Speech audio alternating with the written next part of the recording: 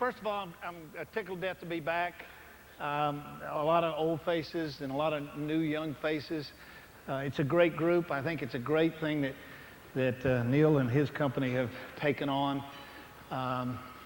For years and years, we never really got this kind of chance. And when I was in college ball, we have an organization like this in pro football. We call ourselves the Mushrooms, and we have these ugliest yellow shirts. And every time we have a get-together at a convention or whatnot, we always wear our yellow shirts. And it pisses off all the management because they think you're trying to create a union. And the mushroom signifies, you know, they keep us in the dark and feed us shit. You know, that's kind of the image. And it's been very productive, and it was so great to come back and see you all do this. If you got some other things to do tonight, I think everybody will understand. We're just going to take off here with a couple ideas, and then I'm going to center around tight zone because there was so much interest in wide zone last year. And then I'm going to finish with a couple of things that I think have developed through the year, the last couple years, that are heading your way very fast and I think would help you. And then we'll end up with a great question-answer period where, you know, ideas are shared. And I think there's really where football is. I stole everything I got. Obviously, I didn't play offensive line. I've never hit anybody there. But I spent my whole life coaching in that phase. Everything I got, I stole. And I still, to this day, ask a lot of questions, talk to a tremendous number of ex-players, get ideas about ways and things. My advice to all young guys is learn things, listen, pay attention. There's a lot of ways to do it. Then after you've been through a number of series of things, you'll realize I tried that and that was not good for me. I don't like that. And then go from there. But you need to learn. You need to come to these things, steal ideas. I cannot tell you how many napkins I've filled out through the years just stealing little things. Before I get started on tight zone, I want to hit two topics that I think need to be hit before we do anything. The first one that I want to talk about is running the football and running it as an attitude. There's not a line coach in America that doesn't want to run the ball. I mean, let's face it. For a lot of reasons, it's what our players want. It's what we believe in. It's what our toughness comes from. It's what our game developed through years and years came from. But let me make sure that I address running the ball in a perspective that I think some of you lose sight of. And I think I've been that way many times when I felt I had the advantage. And that is that defensively, the box can be clouded with too many players. Okay? There is a point, and I'm talking 1st and 10 football now. I'm not talking short yardage. I'm not talking red zone. I'm not talking 4-minute offense, finishing a game up, where people will do things that are not natural. I'm talking first down. I'm talking about when a game starts. I'm talking about before you've developed the fact that your guys have a toughness superiority over your opponent. It's easy to run the ball then. Those things, to me, are very clear. But I think too many of us in this profession are not willing to admit that there are times we don't have enough helmets. Okay? And I think you have to be very careful with that. The 8th guy, to me, signifies coaching philosophy. The 8th helmet, to me, is the extra helmet. Sometimes he can be accounted for. Sometimes he can't be accounted for. We try and always have to get to that guy. But when the 9th helmet emerges, and there are some teams that can do that, do it well, It is now time to get the fuck out of the run, guys. Just so you understand. You guys may beat the shit out of those other 7, but there's 2 helmets in there now that you are not going to get. And at that point, I think we all have to have a perspective that if you want to win a world championship, and in your case, a national championship, if you want to be the conference champion, if you want to be the best your team's ever been, you best be prepared to run and throw the ball, because you are not going to be able to block more than you have helmets for. And I think there's a hard-headedness there that I have been through, that I have experienced, and that many of you have to acknowledge. Be careful with that. Your toughness does not solve that issue. If they want to stop the fucking wide zone or the tight zone, they will stop the fucking tight zone and the wide zone. And what you've got to be smart enough is, are we good enough now to throw the ball and pick at that 8th guy and get the 9th guy out of the box? And then if you're ever fortunate enough to throw the ball good enough that they're a 2-deep team, if they're a roll weak, roll strong, or double roll zone, if you can't run the ball into those pictures, then you're not a running football team. You don't have the attitude, the philosophy, or the makeup to be one. So that's the perfect world, the 7-man. The 8th, I think you deal with. The 9th, it's time, guys, to play the game another way. And I say that very sincerely, having been in pro ball where there are teams that have taken it and stuck it up our ass. And I've been in some college programs when it had it happen to me as well. So I wanted to be sure I hit that before I got started. And then the second thing is the thing I believe in more than anything. It's a philosophy that I've been taught, and that's about your group, your guys. Okay, I've been able this last year to spend a lot more time watching college ball. I visited more colleges last spring than I've ever done. I did more clinics, and I had a chance to watch people practice. Let me just say this, that your group and your chemistry is more important than your plays. Your group, your chemistry is more important than any devised blocking system that you could possibly get out of this meeting. Your ability to get your guys to come together and be a unit is what's so key. And everybody does that differently. I know a number of you, and I've watched you work, and every one of you have different personalities, okay? Some people are screamers, some people do it quietly. Some people are pushers, some people are not. Some people are hands-on, some people are hands-off. But if you have a group that you're making a run with, and you believe in them, you've got to pull them together, and you've got to uniquely make them special. And they've got to feel that. And I don't think it has anything to do with how young you are, how old you are. I think it has to do with how you put it together. And I've watched some of you, as I say, progress through that. And that bond's got to happen. And I don't know how you do it. How much do you talk to your guys? How much do you visit with them? I was with a couple of teams last spring that have since been fired. I was with a couple of teams last spring that ended up, in one case, already winning the whole thing. You know, I mean, I've seen how every one of those groups existed, but I could tell when I walked out how collective they were. How much were they pulled together? How much were you listening? How much were you talking? How many of them really were excited about your group? You obviously got to have some leadership to have that happen. And then how you intersperse with them, I think, is critical. One of the biggest faults I have is too many times I just don't feel like I listen enough. They have things to say. They've got things to add, especially your ex-players and ex-players that have been alumni to your team. You need to get those guys in your groups and in your meetings and make the players understand the sacrifice that's important.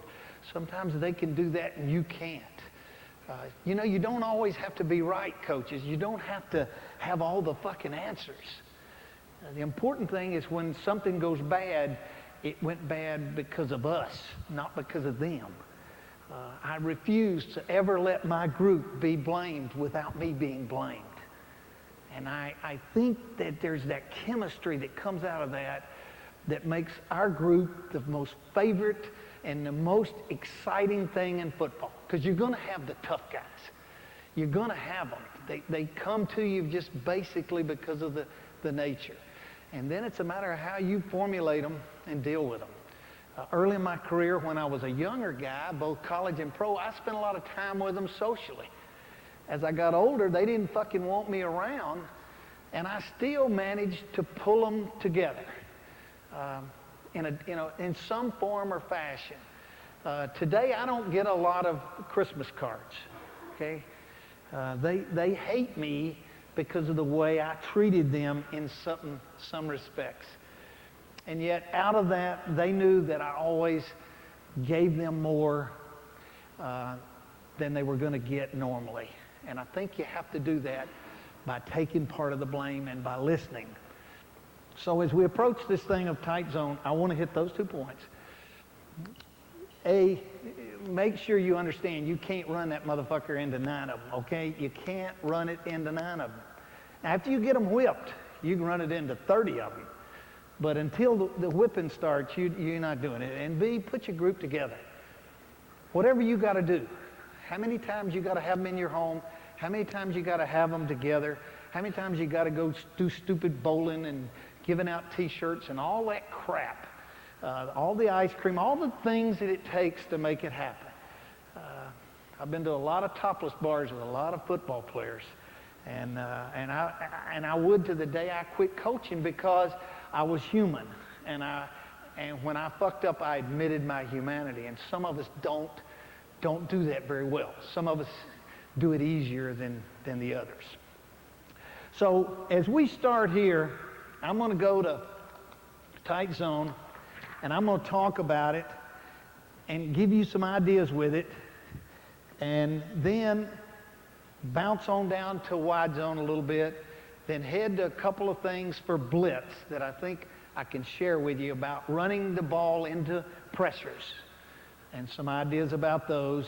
And then we'll finish that puppy up with some questions and answers, and we can go in any phase. We can go into pass pro, we can go into, any phase that you want to talk about, because that's what this is about, is a sharing thing. When I talk about tight zone, I basically talk about a play that is run both weak and strong, and that it is built around a concept where the runner is in a rollback fashion. When I run wide zone, I do not teach rollback fashion. I don't teach rollback rules. I teach onside rules and backside concept. When I teach tight zone, I teach the backside a different concept than what they learn on wide zone, because the odds are the ball is going to roll back. When I talk about tight zoning, I'm talking about a guy at 7.5 to 8 yards, depending on what you teach, reading the first down lineman past the center. So that one is his. If it was a shade defense, that one would be his. And that's his rule of entrance. Now, those of you who were with us last year, I teach it just backwards when I teach wide zone. I've always taught wide zone. You read the widest down lineman on the field. Down lineman. Linebackers do not count. When you run tight zone, you run it to the first down lineman past the ball, and a shade nose is not a person. When that shade gets closer to the guard than the center, he is the person.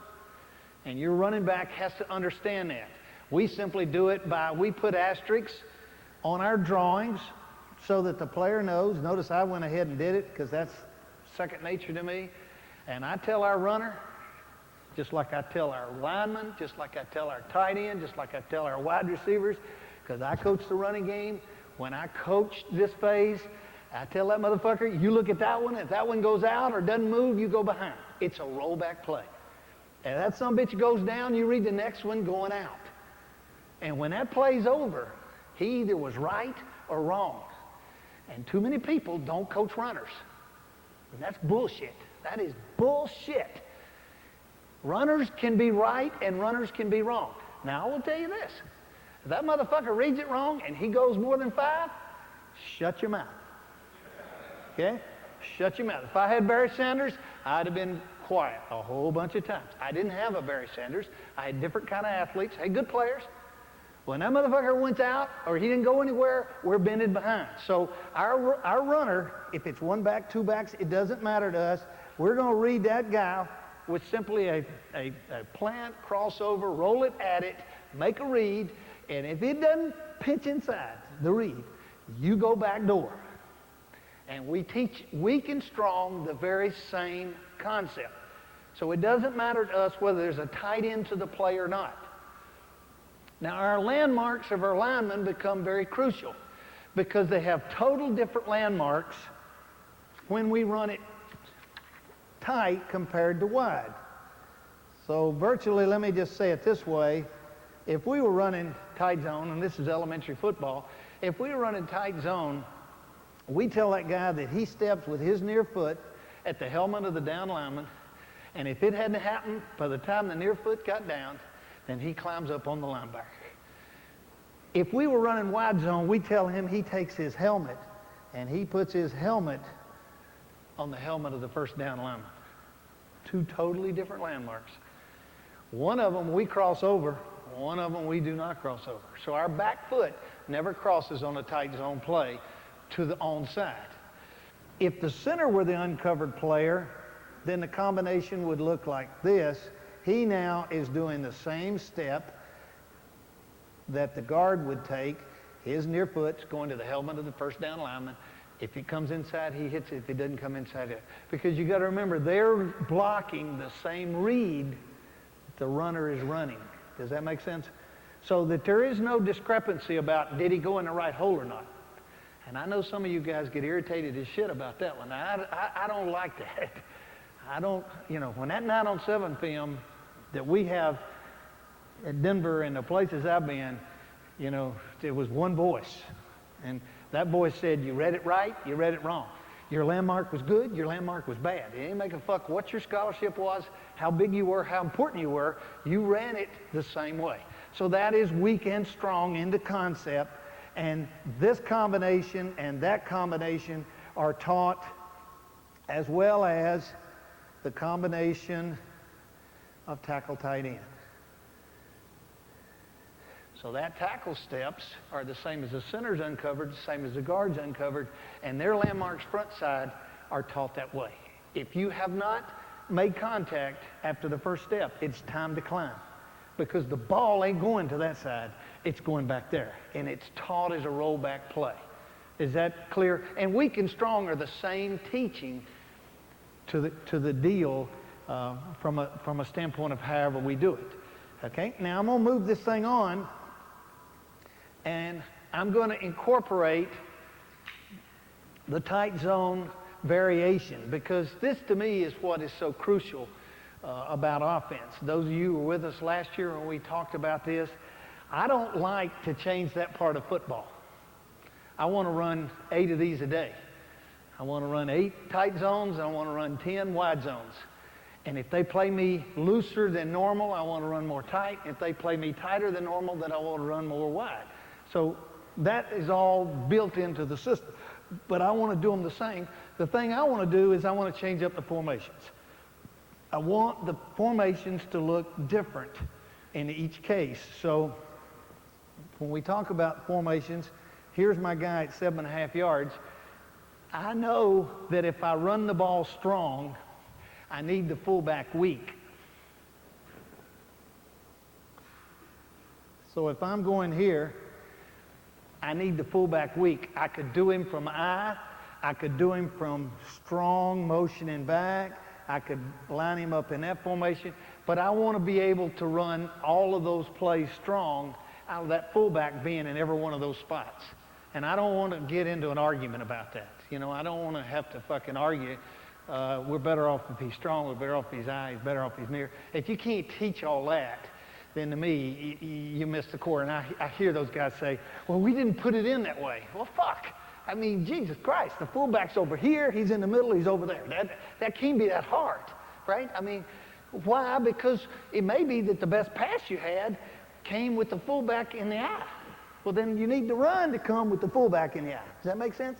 Then the next guy you want to have variance with is this tight end. And too many people spend too much time staying stagnant. One of the best ways to control strong safety pressures, and I see your films, I see all those Mike strong safeties and zone dog you're getting, right? Is that what I'm seeing on the film? You move the fucking tight end. That's how you do it. Because they ain't going to change.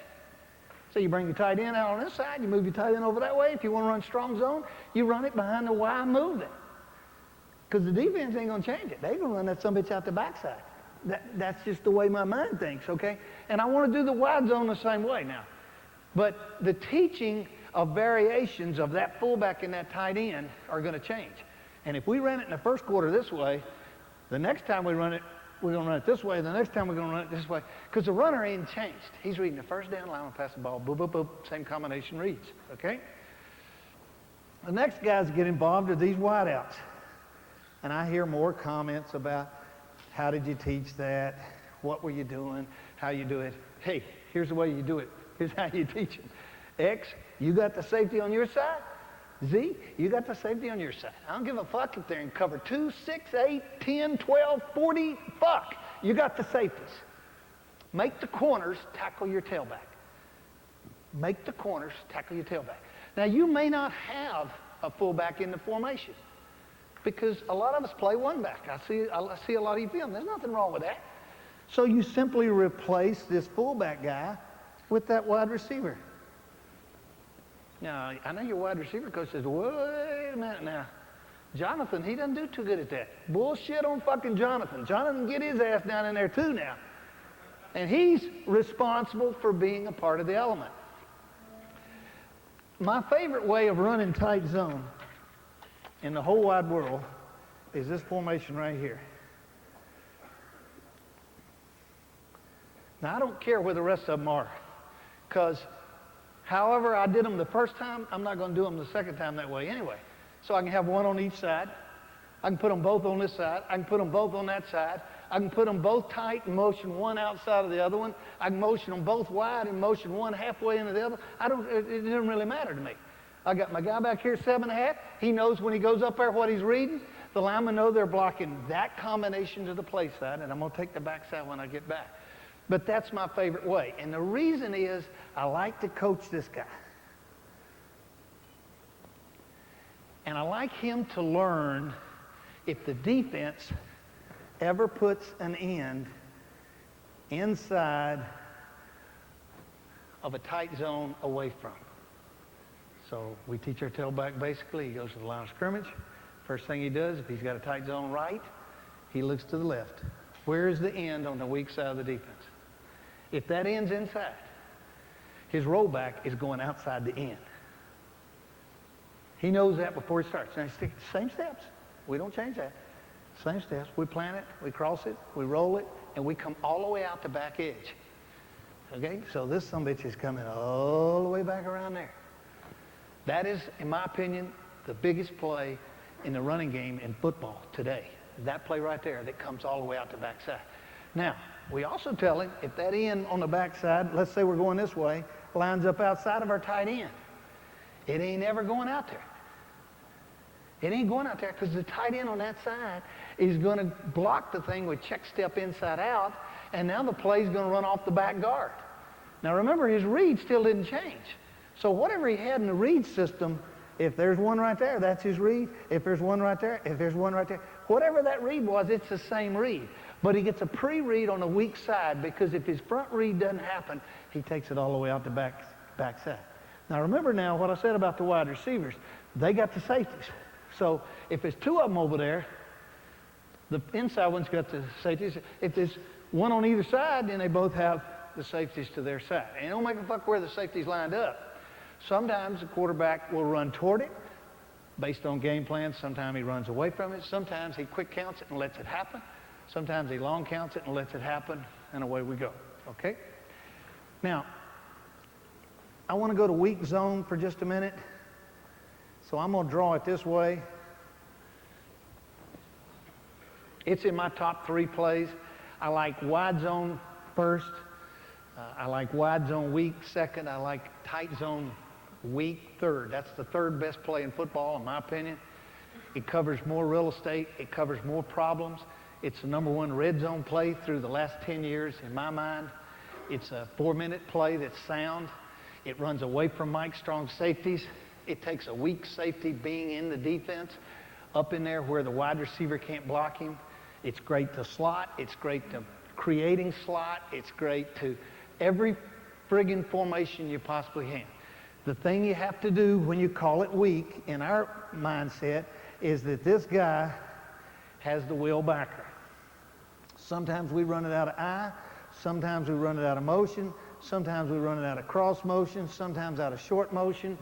The only thing we coach our fullback to do is if there's ever a backer on the ball, don't line up in eye. Shift before you ever get started. Because you don't want to run tight zone with a willy backer blitzing off the edge. Don't ever do it. Just don't ever fucking do it. So it don't matter what the formation is, even if it's quick count at our place, we tell our fullback, if there's a wheel on the ball, by wheel on the ball, I know sometimes we talk a different language, but if they ever line up and they got that wheel right there, our fullback's going to right there. Over. Because now we all know there's a good chance we get in that game, right? We don't want that to hit our back. We want him to be able to read the read, and sometimes now the weak tight zone can jump all the way out to the top side. Okay? Now, while I'm there, I might as well slow down a second and talk a little bit about splits.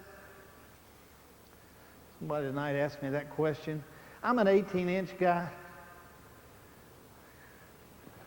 with centers and guards and tackles and tight end. There's times that I want the tight end flexed more. There's times I want the tight end to shift off, go motion. I want all those things. But this is basically an 18-inch split. And if I had a tight end, I'd put him in 18 inches. I tell our guards to put their hand on the shoelace of the center. So notice the line that I have created. I want depth to be able to run zone. I want depth to be able to pass pro. So I cheat the guard. So I tell the tackle, you can't line up illegal. You can't be deeper than the guard because we're already illegal. You get the picture. Now, I don't know how yours are called. We usually get warned once. And I try to historically get warned as much as I can without getting penalized. I want depth off the ball. The only time I change these splits is this defense. Anytime I see this defense,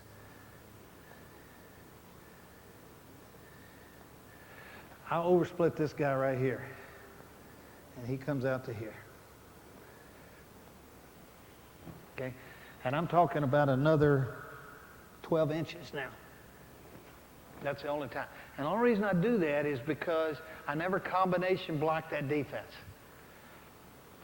Now, a lot of people would say, well, we'll get your ass. We won't let you do that. We'll do this. Well, the way I've gotten around it, make that a little clearer, is I always have felt very strongly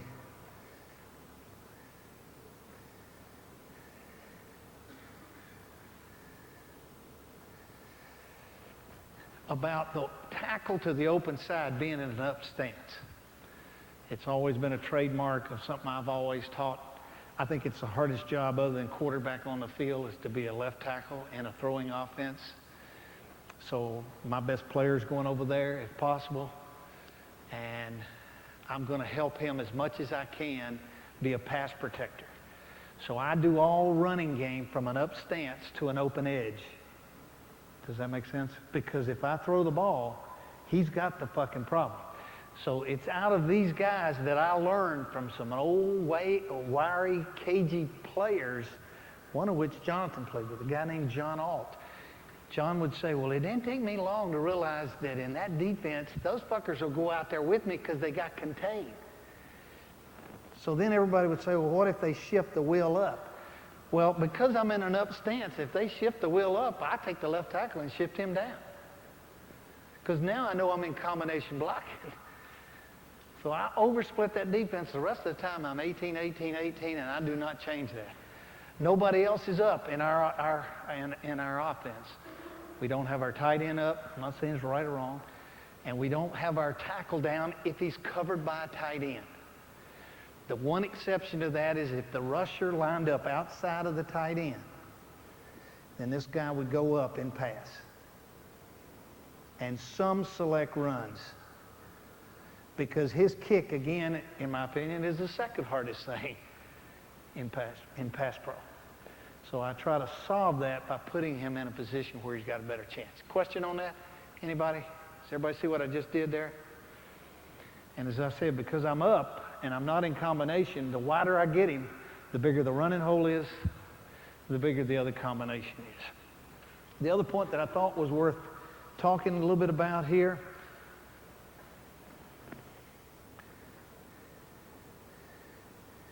is into teams that do a lot of under defense. I call that an under defense. I don't know what you call it. Weak reduction. Some people teach numbers, 25 systems, things of that sort. We run a lot of tight zone, strong, with man blocking backside. By man blocking, we do it this way and put our fullback on the willy backer. Okay? And that's simply the way we call it, tight zone, strong, man. The reason we like to play also is because it's a great drop back play action pass. And the fullback clears. It's a great way to attack too deep with the fullback down the pipe rather than your tight end all the time.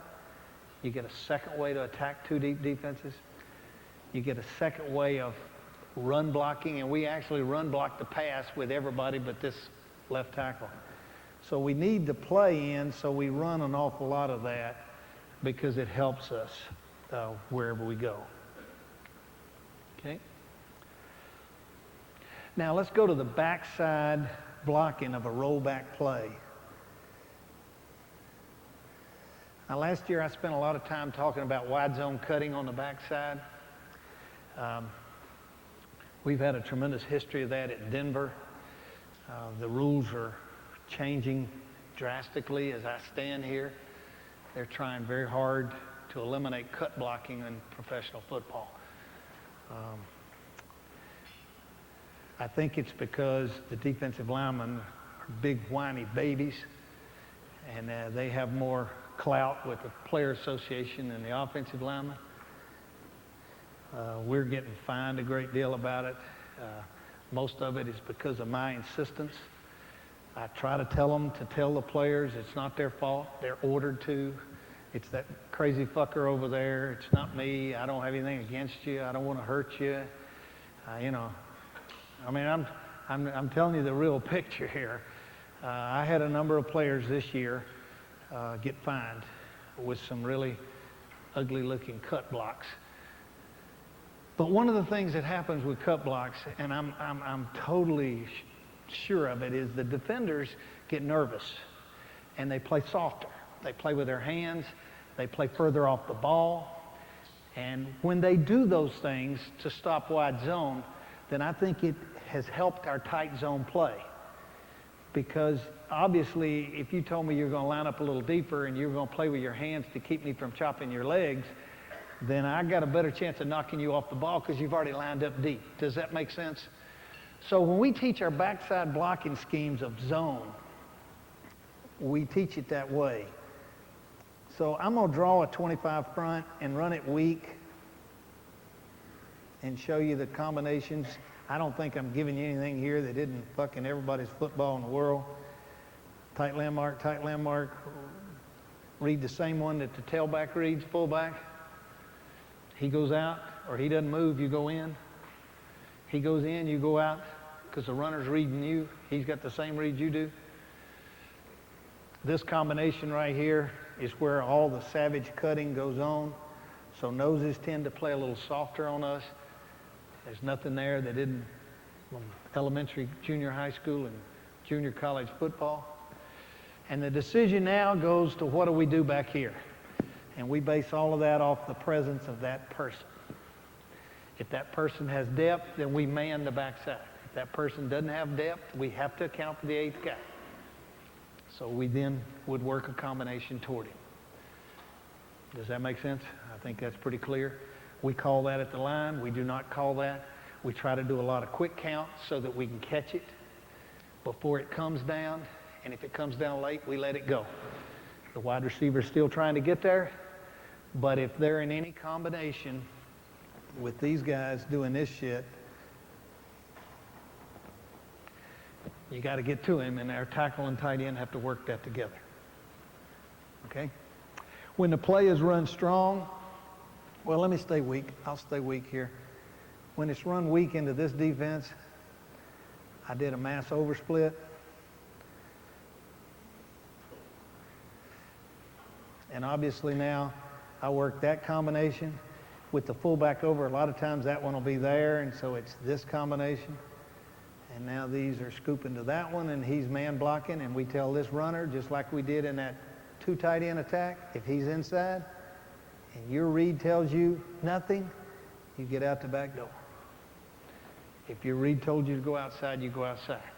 But I open up the front hole just so I create that in the tight zone look. Are we on the same page there? Okay. We don't really classify anything as weak and strong if there's 2 tight ends. So we just call that a number and a digit, and we read it the way we talked about reading it. Okay? Now, as we get into this zone concept, let's remember why we're there. Okay? This isn't going to go over good with some people, but I'm going to say it the way I believe it, and then you can do with it whatever you want to. The reason I believe in tight and wide zone is I really believe that I should get no negatives. I may not make a lot of yards, but I'm not going to have a negative. I start running game from a different philosophy than the passing game. Because in my mind, the passing game is geared around good or bad. There's not an in-between thing. They either complete it or they don't complete it and we get sacked or we get intercepted or we get something negative. So we in pass, we're this way or this way. I fight very hard for the running game just to be the other way around. I want it to be no negatives and I want it consistent. So when I'm running tight and wide zone, I'm trying to find a way, no matter where they stunt, where they go, what they do, where our runner, even if they overload us, can always get there. Now, sometimes our quarterbacks have to be involved in that by changing the sides. And I don't know how you do that. I don't think it's real complicated. You simply flip the play. I don't like to give quarterbacks a flip to pass. I hate that. Because them motherfuckers will flip a pass in a heartbeat. So I don't like that. I don't mind going from left to right or right to left or a toss weak to a toss strong or to, I don't mind running away from one that I see coming down. But I don't like that. They're coming down, so let's throw the ball. I think then you eliminate your ability to get half and half and have a running football team. Now, there's certain things we can't control. But obviously, if we came out and their safety was down and we were running tight or wide zone, into this defense, and this is where we usually see it. And the strong safety is sitting right there. We don't want to go over there. So we got to have the ability to flip that play, and if it were wide zone strong, we're going wide zone weak. If it's tight zone strong, we're going tight zone weak because the strong safety is going to blitz and the wide receiver can't block it. Now, there are ways to solve some of those if you have a team that does a lot of that. And that's simply get your ass in slot, motion it across, stop him right there, and he's got the safety and you're in business. If they go safety blitz inside, that's not true. If you have an indicator that it's safety blitz inside, you've obviously got to run away from it. But somewhere in your plan, you've got to have a tool that gives you a chance to keep things on cycle. And that's where we, I think, have been at Denver way ahead. I think we've had an advantage because we can take runners that are young, that are sometimes good, sometimes not so good, and we've been able to keep them on cycle. keep that guy at 100 yards. Keep him so that we're always pushing the ball. Does that make sense? And we teach him a series of reads, and we tell him, make the read and push the ball, get it up the field. And don't have negatives. Don't start dancing in the hole trying to decide where the fuck to go. And I think the things I'm talking about there make sense. But remember, we want no negatives, and we want our quarterback and our running back to read the read. What is the down lineman read? What's telling me what to do? Okay? Then the next part of the tight zone theory is, what are you doing with your keepers? And I see all you guys on films, and all of you are doing them. And I think they make so much sense. Obviously, a keeper, for that word may not mean the same to all of us. So, let's run our tight zone right there, and let's run quarterback keeper away from the tight zone. When we run tight zone, we always fake a keeper. We're always wide or tight. If we're going that way, then we're going to end up over on that side. And we run a pile of these because obviously the minute the defense starts chasing the ball, then we want to pin them and let our quarterback come out and work combinations. One of the things that's coming on that you're going to get more involved in college ball, I can tell you right now, is doing these and pulling up and throwing the ball far downfield, because secondaries have a hell of a problem re-rotating defenses. That's coming now, where you don't break contain with keepers and dump the ball down. You pull up. And we actually do them this way. You're seeing a lot of teams doing this really well, where they man block this side, they keeper that side, and you've man blocked the back door, so you got big people on big people, sell and run, something you're doing, and now your quarterback doesn't have to run out of there. He actually can pull up, and we're in deep crossing routes, and the linebackers immediately turn and spill running the chasers. They don't have normal drops. It's a good way to get plays into that 18 to 25 zones, and they slow down the rotation. I like them out of both tight and wide zone plays, just so you can see, kind of how we fit those and push them in there.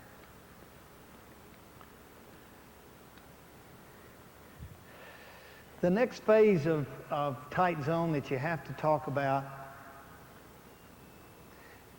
I'm going to enter into a word that some of you may use another word, but we're going to, for a few minutes here, talk about it, and that is the ability to put the fullback strong in front of the ball. Okay? Both wide and tight zone. Now this one falls into the next category of 8-man fronts, 4-minute offense, coming off the goal line, and short yardage. Okay, this is where we live on the level that Denver running the way we run them. So notice before, when I ran the tight zone, my fullback blocked back here. But my problem now comes with some defense that's got these people in the element. I got another hat. He's in the element so tight, I've got to block him with someone else. Does that make sense? We simply enter tight zone strong force, and we block a series of force plays and rules that fit those. We now have to hold off the backside of the play with that guy or slot coming back to there, because it's rollback. If we're wide zone, we run force, we don't need that guy. But the other element we do. Now this concept is spreading very fast. I see a lot of you doing it. I'll give you one heads up on an area that people are doing right now that are interesting and worthy of talk.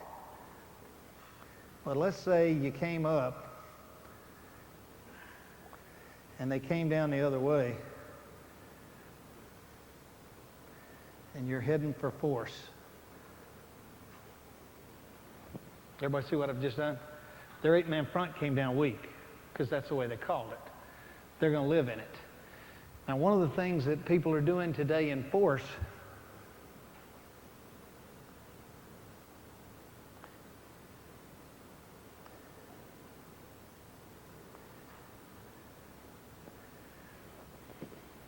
now that takes some smart players. But you see what you just did there? Does everybody understand? That's moving on. But what you've done is, who have you made the force player? You've made the Mike the force player, and the weak safety's down instead of the strong safety, so you set it. And then one of the newest things that I see being done right now, which I really like, because this fucks up the Mike, is I've seen these people do it this way.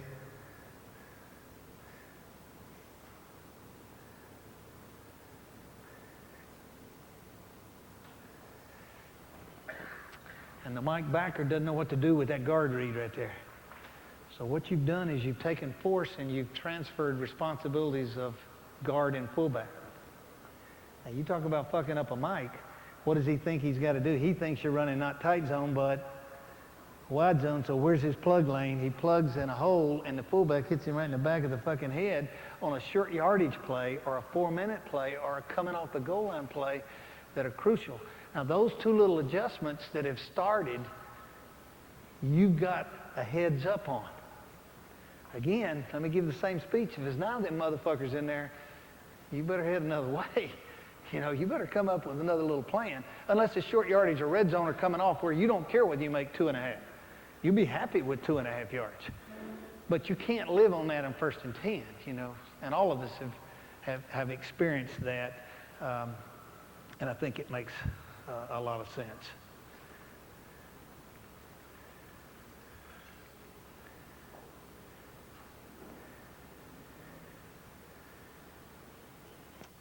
Okay. Any questions there before I jump on? Okay. Okay. When we run tight zone to a nose guard, and we do this different than other people, I'm sure. We tell our nose guard this. Our center this. If you can keep the guy from penetrating, we all got this problem, right? If you can keep this guy from penetrating, then you never call your guard to you. If you can't keep the guy from penetrating, then you must bring the guard to you. And guard, you must now push the tackle to man blocking scheme. Okay? Now, notice I didn't say hook anybody. All I want to do is keep the ball carrier so he can run the same path with rollback with no penetration. Anytime you see your tailback on tight zone start jumping to go back door, it's your center's fault. Because he's pivoted and let penetration come up the field. If you can't block the fucker because his is better than yours, then you need to combination it down. Now, I used to think, boy, that's going to be hard to get those guys to understand what I'm doing, but centers ain't stupid now. The center, the minute he knows he's got his ass in hot water, he immediately asks for bounce blocking. That tells the tackle, I'm not working with you anymore, so you can't stretch it as much as you would have. You got to go to man scheme. So then we stay out of that issue. Because remember, I'm going to roll it anyway. Now, here's where they work together. If this guy were coming down, odds are that guy is zone dogging or playing straight. If he's running this stunt, that wide zone play may have to split that, and it isn't real pretty, but there should be no penetration, and the back should always go outside, and the nose at worst should tackle me on the other side of the end. I live in that world, and all of us see that stunt. We know it comes because it's a pass stunt. Some teams read it and run it. Some teams run it anyway, but it's built into the system. But there's two little elements there of force that I think are great, okay? Now, last year when I talked about wide zone, and remember now how I did that backside blocking scheme? See, I don't cut block anybody in tight zone. I push block them. I'll show you basically how we do it. It's backwards the way you teach it, I guarantee. Because they all hold today, if I were running tight zone there, no matter where this guy's located, we would hit with that foot first and bounce to that hole. and we drive block the backside of that end. Now, I know you're going to sit there and say, wait a minute now, you're going to work combination, you're going to step with a near foot. Well, the reason I do that is I want to displace. I want to get the fuck out of the way, okay? So I do it just backwards the way everybody else does it. I don't step off this foot and then come down and get them in the middle, because what I've found that happens there is the backers can run underneath me before I'm ready for them. They all grab us in our league. I don't know what you're getting right here, but I'm getting grabbed here all the time. So we use this combination, we call it ricochet, Rico, where we hit and bounce off. If that guy tries to hold me when I bounce, he has to displace so much that the rollback hole is massive. So we take the back tackle because we've taught it as a rollback play, and he actually drive blocks the head, the back of the head of the 3 technique, knowing that on a 5-hole play, the ball's coming right. And on a 4-hole play, it's going to fucking come left. Does that make sense? And then further to complicate that, which I know is going to blow your minds again, but let me give it to you because I stole all this. You go to a 4-3 team, you go play Zach Thomas at Miami, and you want to fuck him up in tight zone, step that way. Don't step that way. You see what just happened there? The Mike backer doesn't know where to feel. So if the 2 technique pinches inside the right guard right there, the Mike backer ain't scraping. You know where he's going? Where the fucking center took him. Now you can get fucked on a Mike blitz, but somewhere in there you got to live through the theory. So notice I did all the scoop steps backwards the way you probably were first trained. And if I had ever said that to Woody Hayes sitting here, that son bitch would have punched me right in the fucking nose if I explained it just like I just did, because he'd say you can't do that. But I could take every Mike backer in the National Football League and take tight zone step right there, and I will get my center on him clean as a whistle. So I step backwards. Now, if I had it this way, I wouldn't do that. If I had it where this one were inside and that one were outside, then I wouldn't do that. You know, but if they were inside on the backside, I would step there, opposite the call. Now, these are rollback concepts. See, normally I'm cutting all that. I'm running and cutting all that because that's how we get them soft and get them playing off the ball on the wide zone stuff. Okay? Any questions there? I hope I wasn't too sacrilegious, but that's the way we teach it, and it's been very effective. Trust me, it's a pretty good scheme. I want to talk just a minute about wide zone, and I want to get into this conversation so that you know that I know that everybody does it different. And I don't want to get into what's right and what's wrong. That's not important. The important thing is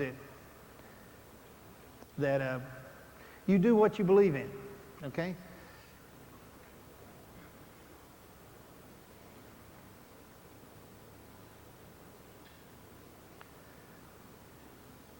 There are 2 types of wide zone run in the National Football League.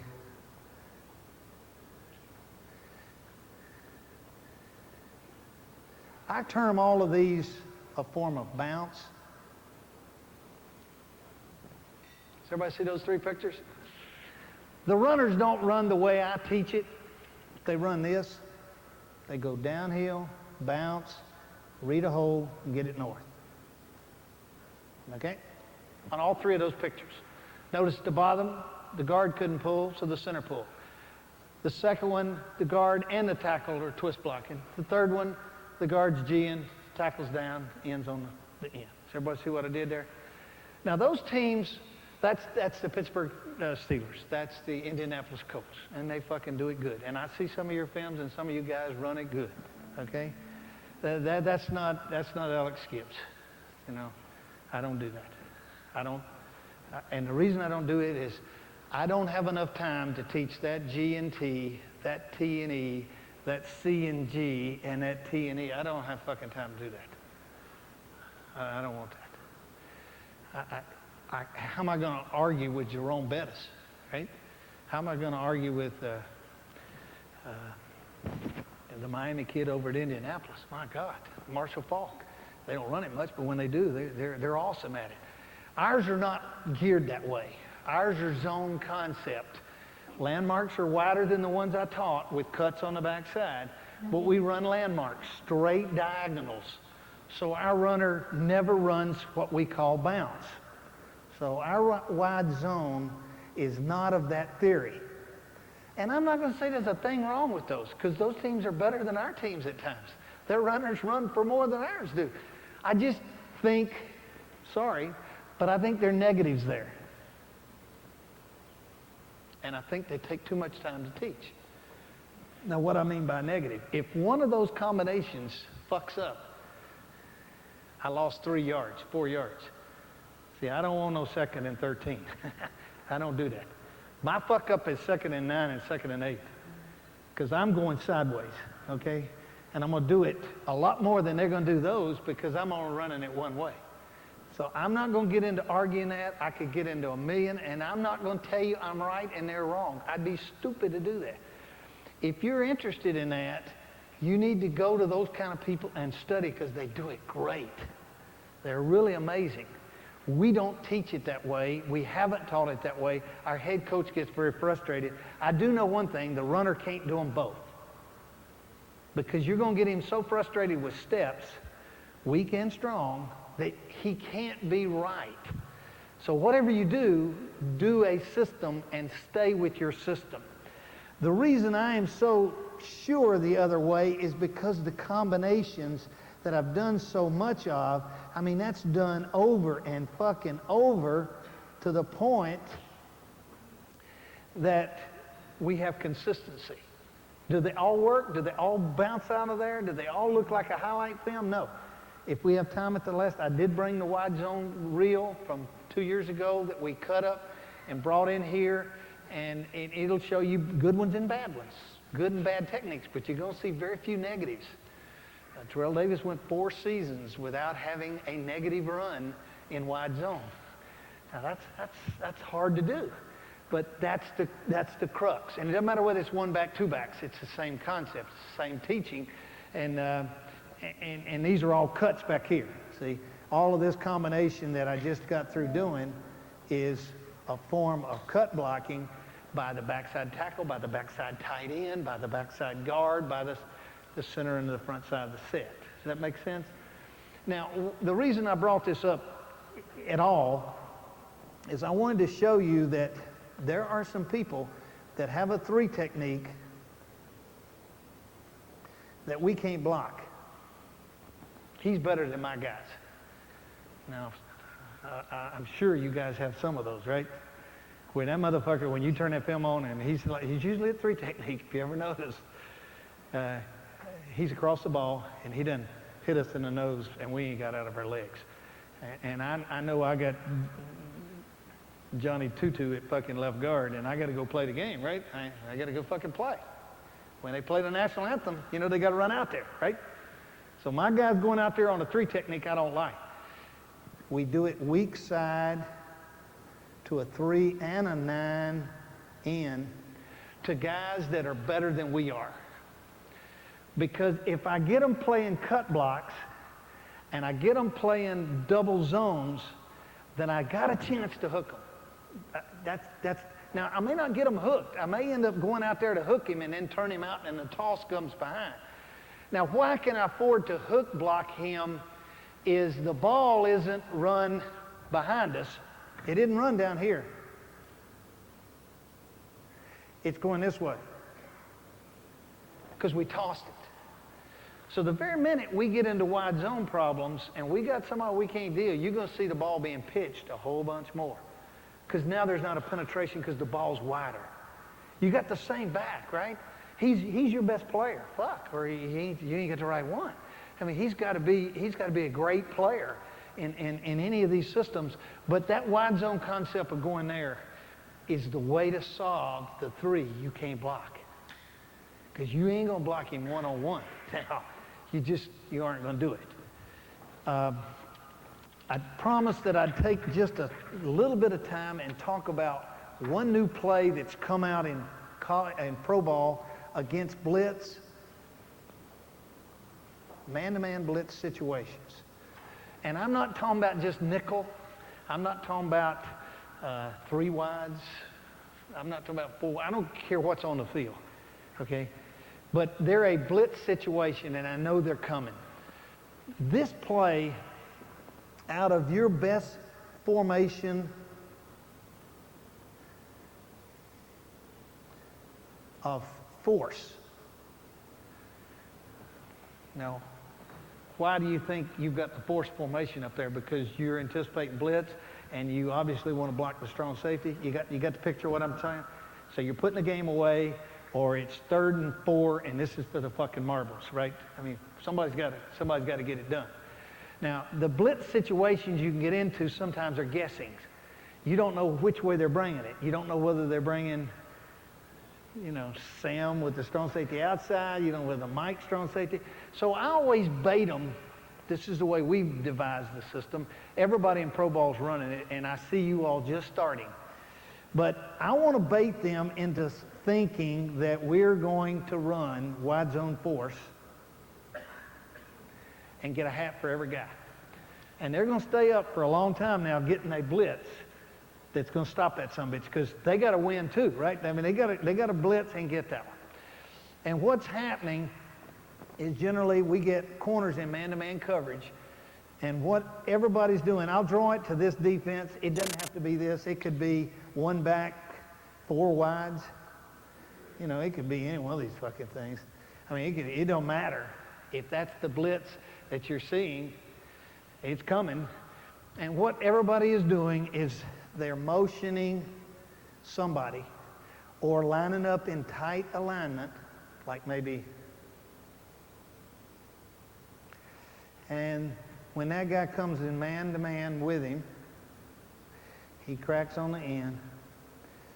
He jumps or combinations to the mic, and we pull the tackle onto the edge, and we toss the ball away from the force look of a fullback if we have a fullback play, okay?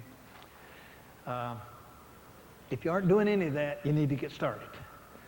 And as I said, it's already starting to spread, but it is the one that the defenses say, oh shit, because they don't have a supporter now, because the man-to-man corners, you see, are settled down. So what we do is we crack one of them on the end, and then we crack the next one all the way down on the linebacker, and then pull the tackle to the first thing that's out there and toss the ball with width. And it's one of the few plays I've seen in football. Now, if that's in the zone, you got to coach your runner to get you 2, get you 3, because it ain't going far now. Because the corners that saw you go down in motion, if they're in zone, they're gonna spill it over. But if they run down in there with it now, because they got crossing routes and all their problems, that concept has really forced people to be very careful about blitz. And then, of course, back here, it's all cut down. So you got your fullback, if you had one, sealing off every one of these edges, and it don't make a fuck to you how many come. You could care less. And you don't have assignments, you take the front gaps. You come on to the front side people and do it out of something that is your 4-minute, is your coming off the goal line, is your short yardage. And if you know that they're a heavy man team, boy, you really get yourself a tremendous advantage right there. Any questions there?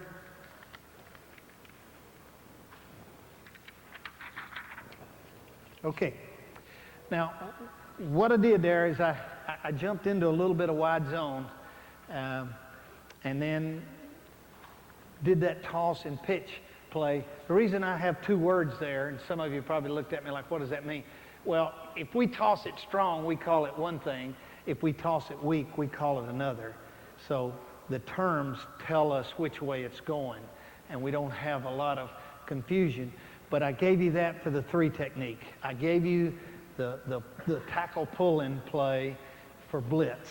I gave you force and the changes of force, both tight and wide, and all the adjustments that come off of that, because that gives you a tremendous. There are teams that are pitching and running force together. We haven't been good at that for a couple of years. There was a time when it was our best red zone stuff, but you can incorporate the same wide zone blocking schemes with him adjusting out of a toss as you do a wide zone play if you happen to be a better toss pitch team. Now what I've done, you see, is I've really controlled the number of plays.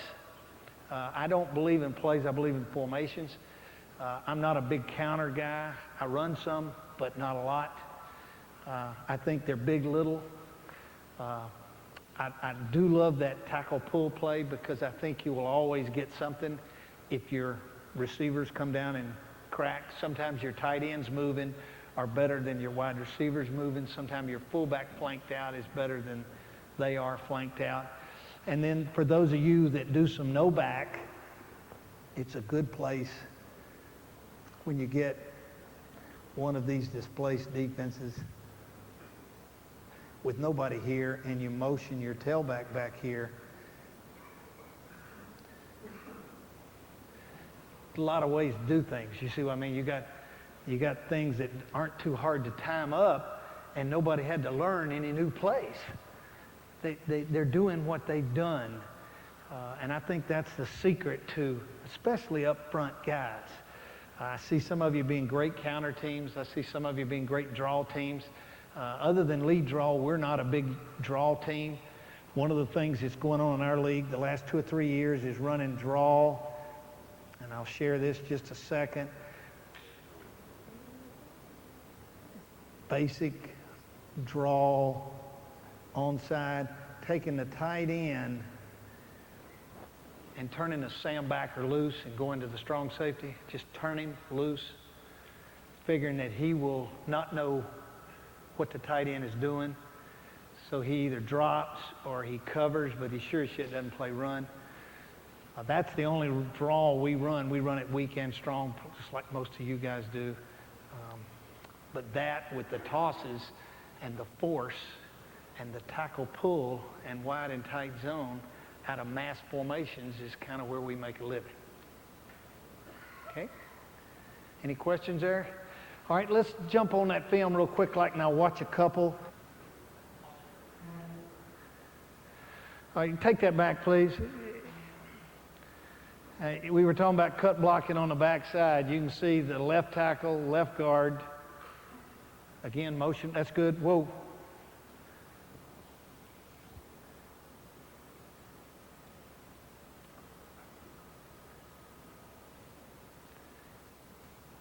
Now that's what backs them off now, because of those cuts. Those are not great athletes, those two guys right there. You see this backside seam? That was really a bigger backside seam than it was a frontside seam. And remember what the read is. Hang on a second. First down lineman. Now that's an unusual twist blitz right there. But notice, as hard as it, run that back, please, because that didn't turn out great. And sometimes that's where your best coaching is we got to the line of scrimmage and gained 2, 3. Oh, whoa, whoa, whoa. Cutting off the back edge, that's where the hole was. See it right back here behind the center? He made a decision. He went down there. We tell him one cut. We live with that. He made 5 yards. Shut your mouth. Go to the fucking huddle. Go. Go on. But he, in his heart, he knew when he saw that film that he missed a big one. This is an unbelievable twist blitz. But just because you're zoning always gave you an upfield push, so it's 2nd and 7.5, 2nd and 8 there, guys. And that's where all the elements are. There's an extra hat. That one ended up being a 9th one, but you're in the red zone, so you got to live with some of those.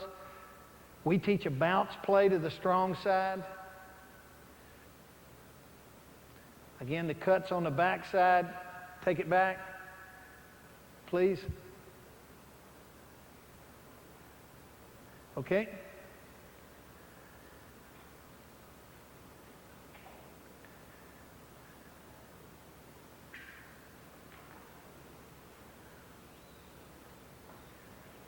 These are all strong, but they could be 2 tight ends with no fullback. Like this could be 1 back, 3 wides. Now let's take that back again too, please. Now notice the guy over the left tackle. That's his read. Okay? So the first down lineman outside in wide zone First down lineman inside in tight zone. So let's look at the guy over the left tackle, and he's inside. That ball goes to the edge in our concept. He immediately goes to the edge. He doesn't have a choice. If he goes inside, he better make fucking 5 yards or we're going to get on his ass. Notice when we make a decision, and that's the way they're all trained, some are better than others, but they're all trained to get it that way. Take it that way. Make a decision and go that way. Go downhill. This is tackle tight end combination. That's a simple read. The first down lineman was outside the tight end. You knew the ball wasn't going out there. There's the cuts. Whoop, right there. Stop. That's the cuts on the back side. Take it back, please.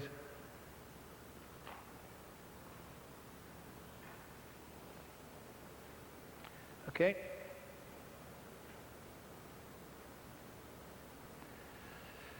All right, stop it right there and let me jump back on this one thing. I can see it and I hear a couple of comments being made. Let me just share you one thing in wide zone when you run it this particular way. We train the guard that his helmet goes to that helmet. And then unless the end runs out, he must push him out. Now, if the end comes in, then he's his. But if you noticed in every one of those pictures, this guy's trying to hold the point, and our guard would push him and then climb. By then, the mic is all the way over there. So our runners taught this, that there's his number one read. And if that one goes out, then his next read is off the next thing. Now, if that guy has played all the way over there, it'll come all the way behind him, and it's really not a cutback. It's just really the way it's drilled to do. But that guard pushing is a very difficult thing to teach. That takes time. That doesn't just happen. To get out there and push the end out. Now, if the end pinches, it's easy. If the end jumps out, it's easy. But if he hangs right there, which most of them try to do, then the guard has to push this, and the tackle's landmark is outside edge, trying to hook it to get it to widen, so his read goes from 1 to 2. If the read ever occurs this way, he now reads this one. This is number 1. If that comes down, he bounces the play. If that goes out, he now reads number 2, so he goes immediately from 1 to 2. Notice in wide zone, it's outside in. In tight zone, it's inside to backside, because you're teaching rollback. Okay, let's take a couple more, and then we'll stop and do a question answer and see kind of where we are here. I can't impress upon you enough the cuts. There's the combination guard tackle. Notice his read told him right now what he was going to do, and he got it that way.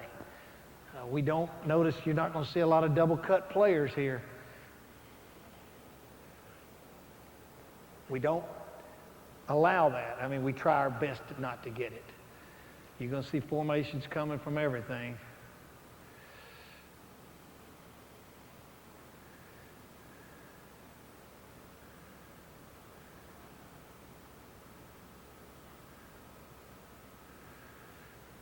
All right, let me hit one more thing, if you'd stop that for just a second. This is also something we do different. I don't know what's right. If you're a trips team and one back, like so, or if you are a solo team, 2 tights, 2 wides, if anybody ever walks out of that box out there, no matter who he is, he never belongs to the core in Denver. He belongs to the wide receiver. Because in our opinion, the runner can't read it if the tight end, let's say there's one here. If the tight end and the tackle do that, there's no read there. So we change that, and we go this way, and we put that one on there.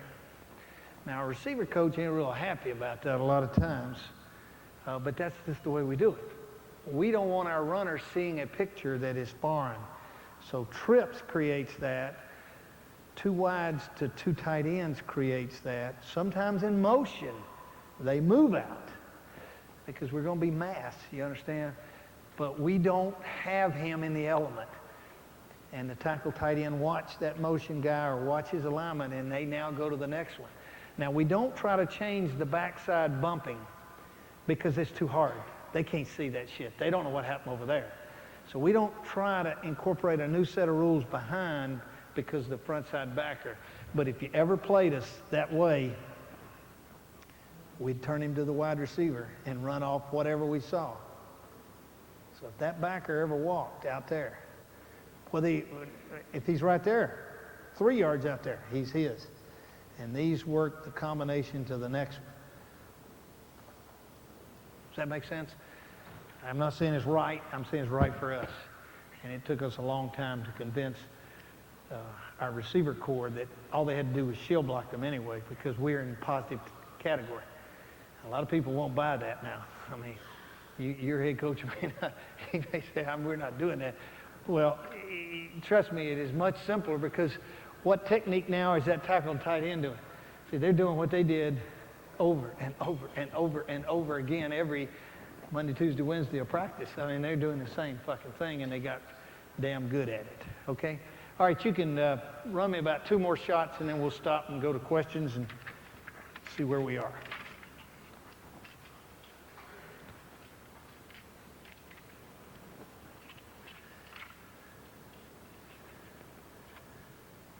There's a wide receiver blocking all the way out there on the edge.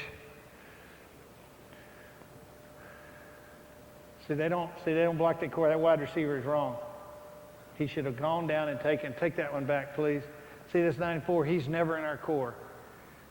That 51 belongs to, well, I guess the press coverage guy got in his way. It does look like he's trying to get there.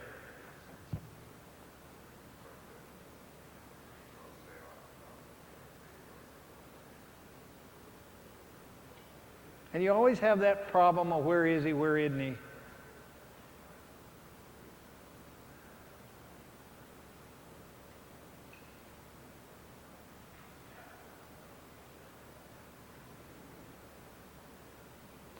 Now there's one of those 9-man pictures.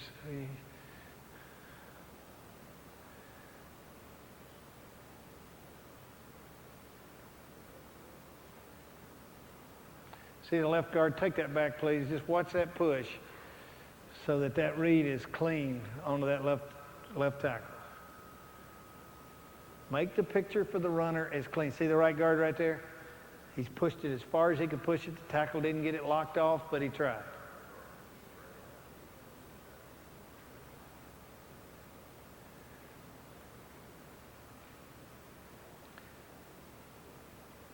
There was a guard calling one down, just like we talked about.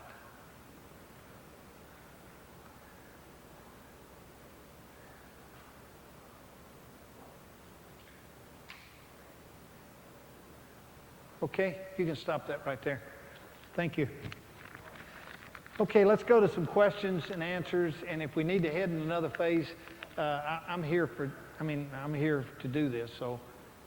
If you want to get into something, you want to talk about pass pro, you want to talk about one of those things, we're here, and some of you got to go, you can do what you want, but this is real ball, and this is the way it really happens.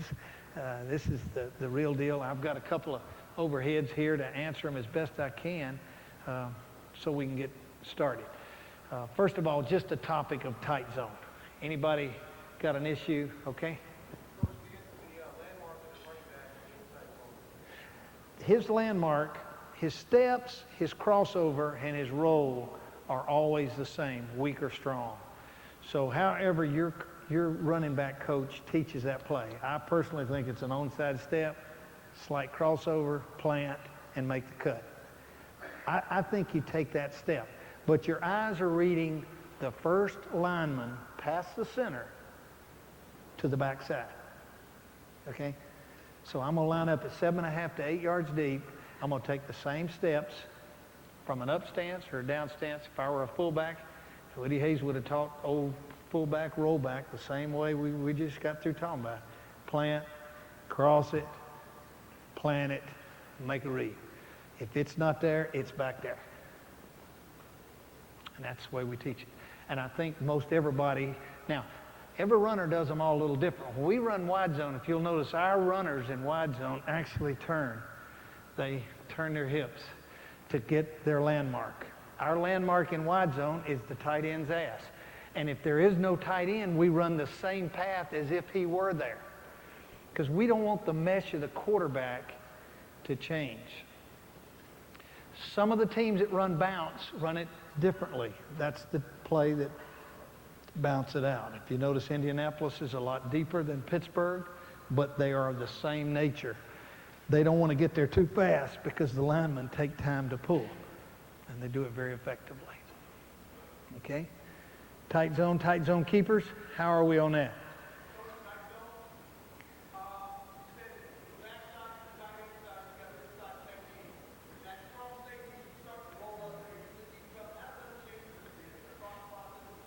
Is he on the back side or the front side?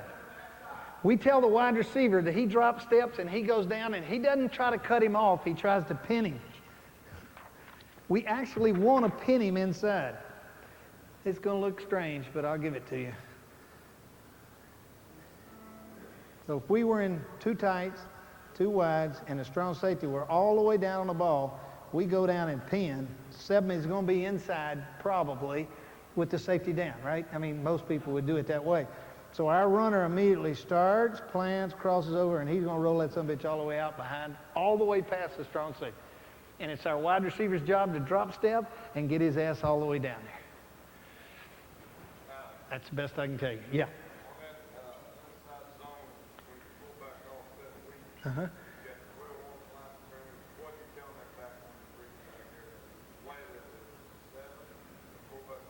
We don't teach him to look backside unless there's a tight end covering the backside. We don't teach him to do that. And if I had my druthers, as I said, in strong zone, I'd run, strong tight zone, I'd run man more than I'd run the other. I like it because you can oversplit it a little bit, and then you got a great pass. I mean, a great two-deep pass, a great hot route. You got a whole bunch of things with your fullback that doesn't make any sense to the defense, and I think it fits in pretty good. Now, how many of you are running keepers both ways I explained it, taking it all the way and then pulling back up? Are you all heading in that direction?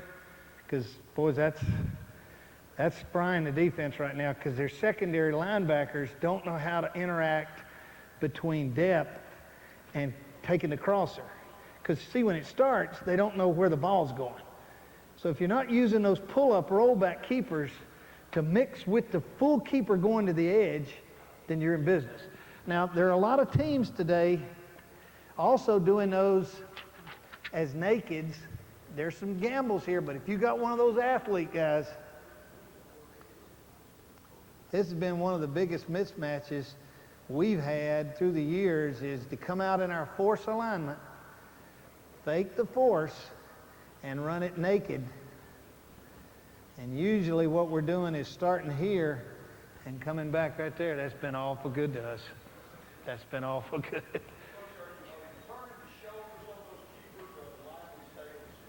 We do it this way. I don't know what everybody else is doing, but we tell them that they've got to take them. This guy's gone. So we tell him he's got number 1 on the line of scrimmage. That's a linebacker or defensive end. He's got number 2, and he got number 3. And then as soon as you clear, and we attack them. If it's not a pull-up, if it's a pull-up play, we go softer because the quarterback needs a little more time. But if the quarterback is running one of those that he's breaking contain, we drop step, which we don't do in the running game, and we go fucking try to hit them. And then the backside people push them and then go cut them.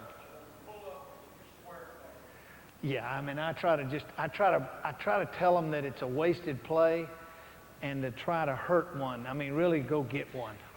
And if I had a wide one, I'd cut him. Like if I had a rusher out here, I'd drop step and I'd cut the shit out of that guy. If it were a break contain play. If it weren't a break contain, I wouldn't do that. But that part of keepers, if you're not into, you need to study some. Go get somebody that's doing it. And a lot of them are doing it well. I mean, a lot of teams I see really making some big fucking plays. Is everybody semi-familiar with that term now, force? Are you in that world? Most of you in that world, getting your 8th man? Did I give you a couple wrinkles there, though, when it's down weak? And did I give you a little wrinkle there when the safety to do it maybe a little different way? That's kind of new and just starting. Any questions there? Yes? Either way, we put the fullback on him, or if it were a tight end on him, And we simply use this term. So if it were a fullback and not that one, it's that. That tells us that we're running that kind of keeper. And if it were man, we simply use that term. And now the fullback's in here and we man it because now we're going to pull up underneath. That is the backside. That's, oh, you mean over there? Same deal. Same deal. He's got number 1, he's got number 2, he's got number 3. But if it's a stay, drop step and attack them softer because you gotta count for them now.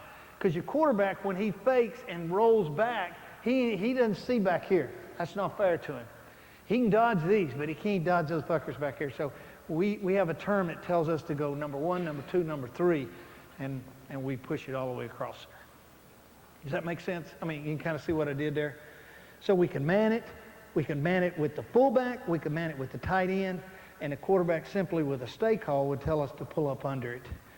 And those things tie to your runs. I mean, to me, they are the running game. I never even complain that, that to me is as good a first down run as we have in our offense. And the nakeds, if you have an athlete, are damn good. But he's got to be an athlete because there's some times now they know they guess right, and here comes that fucker up the field. Like Favre got it yesterday. You saw that one that they were debating. These TV people had a 40-fucking-minute debate on did he give it up. Fuck, what's he going to do? Run over that guy? He didn't know where to go, so he went down. Shit. That only made sense. How about the wide zone incorporating the jump hooks with the 3 technique? Give you an idea of something? Because all of you get stuck there now, and you need something to hide from. How about the tackle, pull, crack, and back? How are we there? Many of us in that world yet? Okay. All right.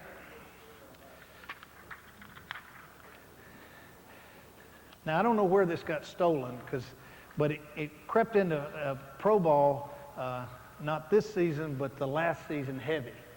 And this year, everybody did it, which tells me that next year, all of you guys are going to do it. I mean, that's just generally we piss around with it for 1 year, then everybody in our league copies everybody, and then the next year, you guys take that sumbitch and then by the time your guys get to us, they know. They already fucking have done them. That's just kind of the history of the way the thing goes. I think it starts out of a formation in short yardage, 4 minute. I don't like to toss it in coming off, so I don't put it in coming off. But where I really like it is blitz with man-to-man. We see a lot of man-to-man in short yardage in 4 minutes because they're gambling. So what we want to be able to do in some form or fashion, it could be this way. Because we do a lot of this, and this being our tight end, we might decide to motion or maybe line him up right here and let him be the first one, him be the second one, or motion, whichever. He cracks, he pulls. Now, the way we teach cracking is the number 1 guy has the end man on the line of scrimmage, no matter who he is. The number 2 man has the first linebacker inside. They don't block the ones over them. You have to guess it's man-to-man, and so you take yours down. You actually get to block 2. You take yours down, and you block someone else's guy. Then we cheat everybody else. The tackle pulls for the first element, and we try our damnedest to get everybody a cut block to their own gap, hoping they blitz to the side, whichever way it was. This one I drew up backwards, but you get the point. So here's where we've done the most of it because this is our number 1 short yardage formation, things of that sort. And we motion and crack the end. Then he cracks the backer. The tackle comes for the first thing. The guard tries to get to the backer first. If there's a nose guard, he jump hooks him. They try to hook everybody on the line of scrimmage, and the ball actually runs wide. It's the widest play I've ever seen in football because rarely do you get people walled in and kick out with a tackle and actually run to the edge. One of the other reasons I like it is we get to block a corner with our tackle, and those corners hate that. I mean, they absolutely hate that. They're trying to get that disbanded as we speak because corners don't ever get in that whirl. And so I actually teach our guys that when they get out there, they have to throw at them. I mean, they've got to throw at the fuckers. And there's some collisions because those little guys will go bury their heads. And when they bury their heads, I mean, it ain't going to be one I'm going to fucking I'm going to sting them. I mean, I'm going to sting them hard. And the corner might be, he may not play again. I mean, that day, he may. Because that's a collision they don't have. They don't have those kind of collisions. I like the play. I think it fits. We also have gone to a keeper off of it, which has been great because you start your tailback out here and you fake that, and then this fullback and the tight end are now running the keepers over here. So it's pitch keeper that way, and now you talk about confusing it. You went from force to crack to keeper off the same formation, same motion, same blitz, same man-to-man. You created all the same agendas, and I think it makes a lot of sense. It don't matter what the formation is, just change it up every week. And I think it's pretty well into it. Okay?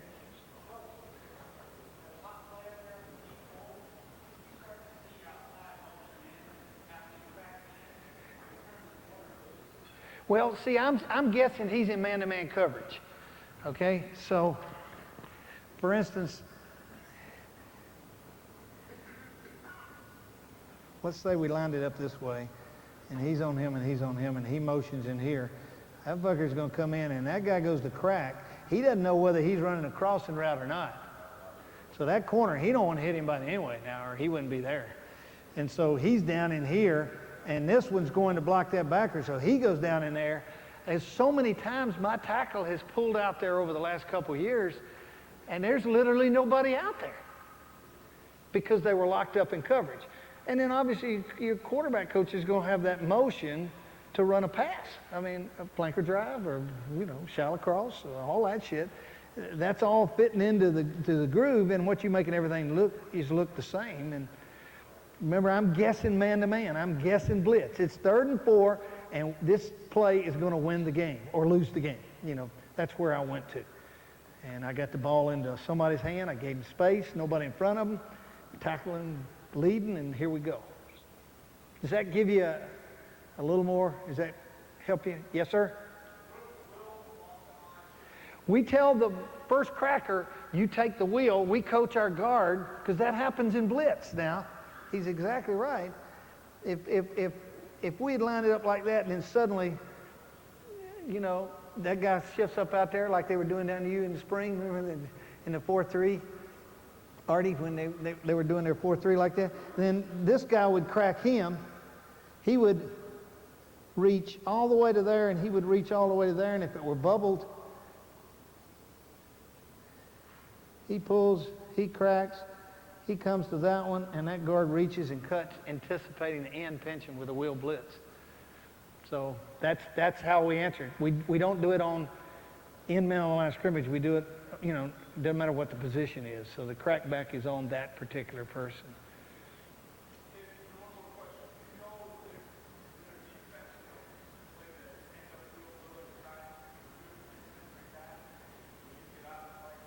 No.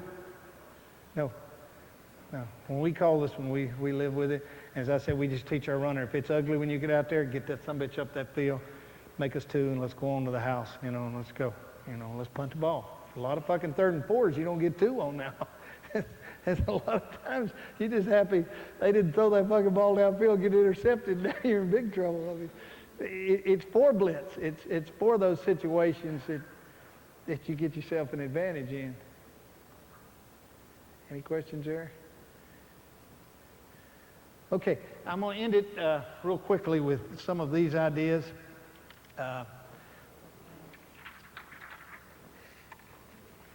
Teaching is a very interesting profession, and I think, this group has the most fun to teach because you don't have one to teach. I don't know what your practices are like, but when I was coaching all the time, you know, I got all these guys. I look over there and there's a guy coaching the tight end. There's one guy coaching the quarterback. There's one guy got the fullback. One guy got the tailback. One guy got two wideouts, you know. And there you are, you teaching all these guys. You know, you got to be coordinated. And they always ask you the same questions they always ask me. Why didn't he do this? Well, fuck, I don't know why he didn't do it.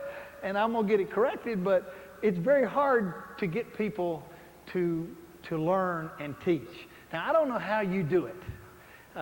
And I'm not going to try to sound like I'm a know-it-all, because I'm not. But way back when, I learned that your players have to speak a language. And it encompasses everything in your arsenal. We have verbiage conversation with not a lot of time to talk, but we have to say something. So we are constantly talking between tackle, tight end, guard, tackle, center guard, front and back side, and we try to train our fullbacks to listen to those terms. Our quarterback learns all the protection concepts because it didn't take him long to figure out if he knew where we were going, he had a pretty good idea where the fuck the problems were, okay? But some of you, I'm not sure, are fair with that language. And some of you, I notice, don't even use one. If you think that they can go up there with a set of rules and go through a set of rules on every play, you're being facetious. They need to communicate when a shift occurs. They need to communicate when the defense isn't what they anticipate. They need to communicate when they line up wrong on defense. They need to communicate what they are doing. And that is the biggest phase, I think, of teaching that there is in our field today. And the thing that I enjoyed the most about coaching, as I told my guys a million times, if we fuck it up, let's at least fuck it up together. You know? If our center calls our slide the wrong way, let's slide the wrong way. If we declare the wrong guy's Mike, then let's all do it, you know? But if you think they're smart enough to go up there and because it looks like this, that they block these rules, and it looks like this, they block these rules, you're fucking up bad, because you can't do that. It's too complicated. There's verbiages and words, and they only got time to say this. You know, they don't have time for all that. And some of my genius players, you know, they got rhinoceros. Well, fuck. I mean, you ain't got time to say no rhinoceros. You might get rhino out of your mouth, but you ain't getting rhinoceros out of you. You know, let's be, you know, it's Tokyo, it's gap, it's combo, it's slice, it's scoop, it's cut, it's, you know, whatever your terms are. But get a language and teach your language and talk your language and let your players experience that language. And then you'll find that you have some guys that are takers and not givers. Fire those fuckers. Get them out of there. Fire them. Don't leave them on your team. They're going to get you fired now. If that motherfucker goes up there and all he wants to know is, well, what I do, you got the wrong guy up there in this system. I don't care what they look like, and I don't care how good they are. If you give me a good running back and a passing game that can keep people out of nine-man fronts, you give me a good running back, I'll get some guys that'll get on the right guys and hold them, gnarl them, bite them, snatch them. Fuck, I don't know. But I guarantee you I can run the ball on anybody if I can get these five and the tight end and the fullback to communicate about how we're doing something. And you need to develop a whole vocabulary of quick-worded things. And I've seen, well, you dumb shit. Didn't you see how they lined up? Well, fuck, you can't do that. It don't look the same over here as it does over here. So we have one general. That's the guy in the middle. He's got to be brilliant for us. And brilliant is football brilliant. Brilliant is not test score brilliant. Don't get misled on that puppy right there. Because some of my smart guys are dumb, and some of my dumb guys are smart. And yours are too. but get them talking a language and let them bring out the guys that are introverted and get them talking. Make every call for a day or two. Get them where they have to do it, and then give yourself as clean a chance to get on the right guys. And then, guys, it's a matter of technique. And I just want to bitch about one thing, and then I'm going to shut up and sit down. The biggest fault I have today of getting your players, the biggest fault I have is they come off the ball with their hands outside their body frame. And I spend more fucking time getting that corrected than I do teaching pass protection. They come out and they want to flag block everybody. They want the big fucking tongs out there, you know? It just pisses me off. Would you please get their elbows into their damn sides and come off with fists or hands, whatever you're teaching, but get them damn things in there. And you won't get called near as much. I'll be happier. Your players will be happier. You can still hold the shit out of them. I mean, who are we kidding? Get them tight. Get their hands and their elbows tight, and you will improve your run blocking and your players' skills no matter how bad their feet are. And they do it because they're insecure. They're paranoid. They do it as a safety blanket, because at least this way they got something, right? And they really don't, because if the fucker comes forward and you're like that, you're dead anyway, right? But you can't convince them of that. Just keep harping about tight hands, tight elbows, tight hands, tight elbows, punching things, getting them in here. And I know you're trying to do that, but I don't see progress being made in that phase. Like if I could tell you the offensive lineman you're turning out today compared to 10 years ago in pass protection, it's night and day. I mean, I actually get guys that come out of college ball that can pass protect day one. But I ain't getting a lot of them guys that ain't out there. Now, maybe I'm not getting the great one, but the one I get, he's got them out there. And it takes me forever to browbeat him into getting it where I want it. And even then, when they start panicking or they get in a problem with a great player, there they come again. And some of them just do it with one as a safety net. You know, they got this one in here. But I think it would behoove you to improve that phase and that standard, and then fine. Keep up the good work. Keep up the toughness. Don't give in to these son of a bitches, you know. Coaching ain't changed a bit. I keep hearing everybody say it has. You know, they say, well, how can you tell those pro guys that? I've been coaching some son of bitches the same way I coached them when I coached at Georgia and Ohio State and Kentucky. I mean, just beat the fuck out of them, be tough on them, and then love them up and care about them and give them more than they think they deserve. And that's all you got to do. But don't cower. Don't let them think they're that special, and pull them this way. Pull them and bond them up. And don't be afraid of all of that, oh, they won't like you. Oh, they just, you know, I'm not popular. You don't need to be popular to be a great offensive line coach. You need to be tough and tough-minded, and they will appreciate it, and you will help them far more, not just football life, but real life. Be sincere about what you are, and when you fuck up, admit it, and be one of them that way, and bleed when they bleed, and work the dog shit out of them. That's the only thing. Just go get them, and be proud of your profession, because it's a great one. And when you get a chance to do what I'm doing now, you do it too. You go help anybody, everybody. Don't think you're too important, that what you give isn't what this game is about.